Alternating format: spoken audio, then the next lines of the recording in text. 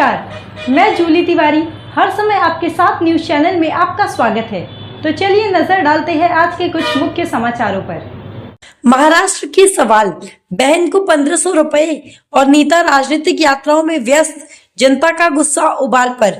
महाराष्ट्र में इन दिनों एक ऐसा दृश्य देखने को मिल रहा है जो हर नागरिक के मन को झकझोर रहा है।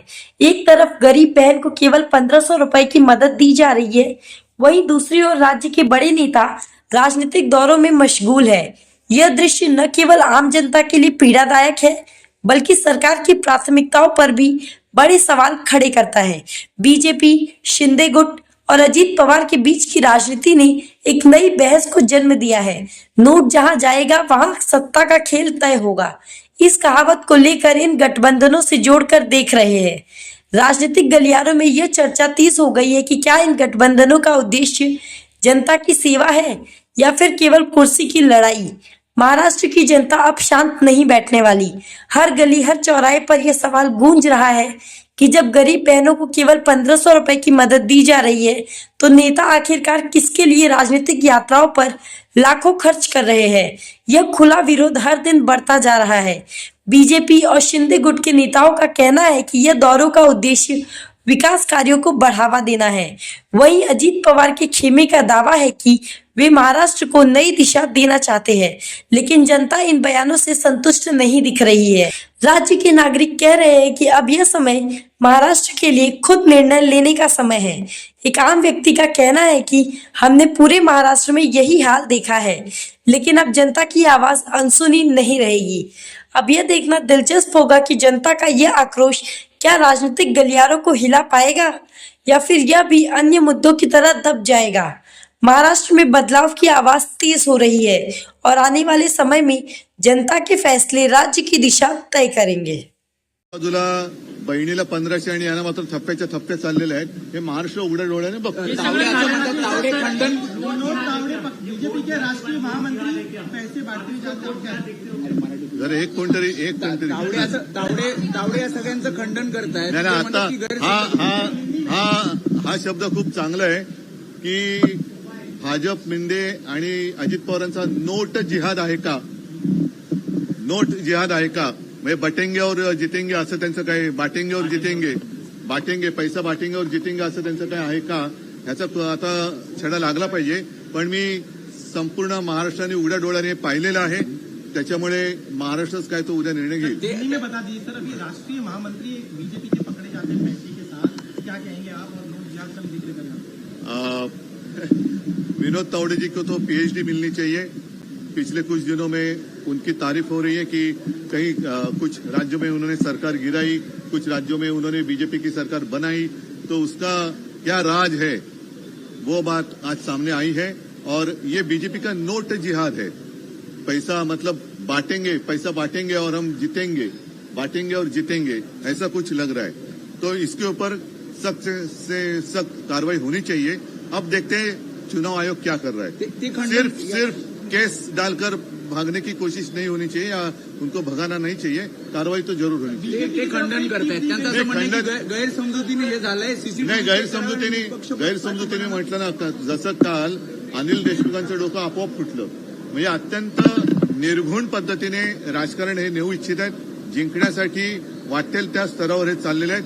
ज्या पद्धतीने अनिल देशमुखांवरती हल्ला झाला, हा नुसता भ्याड हल्ला आणि त्याचा निषेध नाही.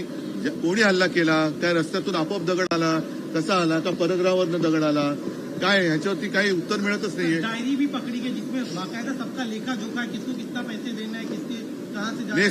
सारे सबूत लेकर कार्रवाई तो होनी चाहिए. अन्यथा मुझे पूरा भरोसा है कि महाराष्ट्र अपनी ओर से जो कार्रवाई करनी है वो करेगा. बीजेपी की तरफ से टिप दी गई थी सर.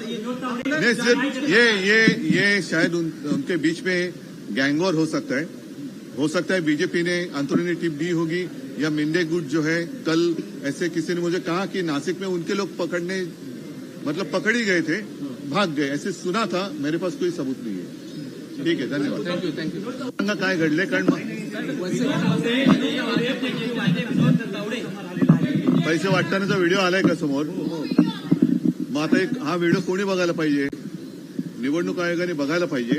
कारण काल अनिल देशमुखांचं डोकं आपोआप फुटलं. आज पैसे जर वाटतानाचा व्हिडिओ असेल तर हे जादूचे पैसे आले कुठून, कोणाच्या खिशात जात होते. तर आता मी गेलो तर माझ्या तुळजाभवानीच्या दर्शनाला जाताना माझी बॅग तपासली.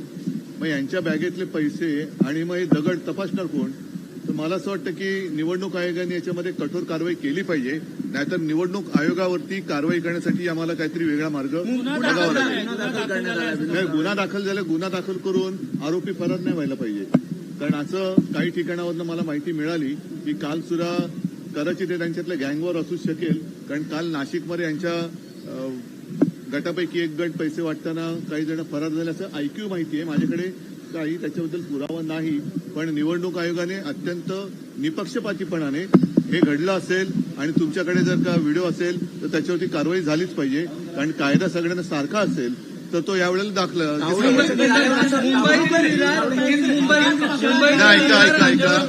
ऐका अरे मला ऐका जरा बोलू द्या ना, मला बोलू द्या. आता पहिल्या प्रथम तावडे जर का तावडीत सापडले असतील तर त्यांनी आतापर्यंतची सरकार कशी पाडली आणि कशी बनवली त्याचा सुद्धा पुरावा आहे.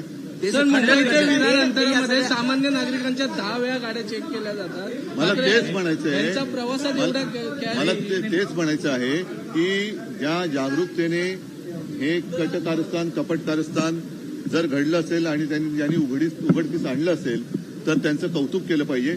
पण कदाचित हे त्यांचं आपापसातलं गँगवर सुद्धा असू शकेल. हा म्हणजे मला माहिती न मिळतं मी जे बोललो ते खरं आहे. भाजप अंतर्गत असेल किंवा मिंदे आणि यांचा पण असू शकेल. कारण काल नाशिकमध्ये सुद्धा असेच व्हिडिओ काही समोर आलेत. तुमच्यापर्यंत पोहोचलेत की नाही मला कल्पना नाही. बीजेपी का राष्ट्रीय महामंत्री पैसों के साथ पकड़ा जाता है. नाही आता हे सगळ्या महाराष्ट्राने बघितलं पाहिजे की यांच्या योजना ज्या आहेत त्या कशा फसव्या आहेत. म्हणजे एका बाजूला बहिणीला 1500 आणि यांना मात्र थप्प्याच्या थप्प्या चाललेल्या आहेत. हे महाराष्ट्र उघड्या डोळ्याने बघतो. बीजेपी के राष्ट्रीय महामंत्री पैसे बांटले जाते हैं. जर एक कोणतरी तावडे या सगळ्यांचं खंडन करतायत. नाही आता हा शब्द खूप चांगला आहे की भाजप मिंदे आणि अजित पवारांचा नोट जिहाद आहे का? नोट जिहाद आहे का? म्हणजे बटेंगे और जितेंगे असं त्यांचं काय, बाटेंगे और बाटेंगे पैसा बाटेंगे और जितेंगे असं त्यांचं काय आहे का? ह्याचा आता छडा लागला पाहिजे. पण मी संपूर्ण महाराष्ट्राने उघड्या डोळ्याने पाहिलेलं आहे. त्याच्यामुळे महाराष्ट्रच काय तो उद्या निर्णय घेईल. बता दीजिए सर, अभी राष्ट्रीय महामंत्री बीजेपी के पकड़े जाते हैं पैसे के साथ, क्या कहेंगे आप और लोग जिहाद का जिक्र करें. विनोद तावड़े जी को तो PhD मिलनी चाहिए. पिछले कुछ दिनों में उनकी तारीफ हो रही है कि कहीं कुछ राज्यों में उन्होंने सरकार गिराई, कुछ राज्यों में उन्होंने बीजेपी की सरकार बनाई. तो उसका क्या राज है वो बात आज सामने आई है. और ये बीजेपी का नोट जिहाद है. पैसा मतलब बांटेंगे, पैसा बांटेंगे और हम जीतेंगे, बांटेंगे और जीतेंगे, ऐसा कुछ लग रहा है. तो इसके ऊपर सख्त से सख्त कार्रवाई होनी चाहिए. अब देखते हैं चुनाव आयोग क्या कर रहा है. सिर्फ केस डालकर भागने की कोशिश नहीं होनी चाहिए या उनको भगाना नहीं चाहिए. कारवाई तो जरूर होनी चाहिए. ते खंडन करतायत. त्यांचं असं म्हणणं आहे की गैरसमजुतीने हे झालंय. नाही, गैरसमजुतीने म्हटलं ना, जसं काल अनिल देशमुखांचं डोकं आपोआप फुटलं. म्हणजे अत्यंत निर्घुण पद्धतीने राजकारण हे नेऊ. आज के लिए बस इतना ही. कल फिर मिलेंगे इसी समय इसी चैनल पर. तब तक के लिए मुझे दीजिए इजाजत. धन्यवाद.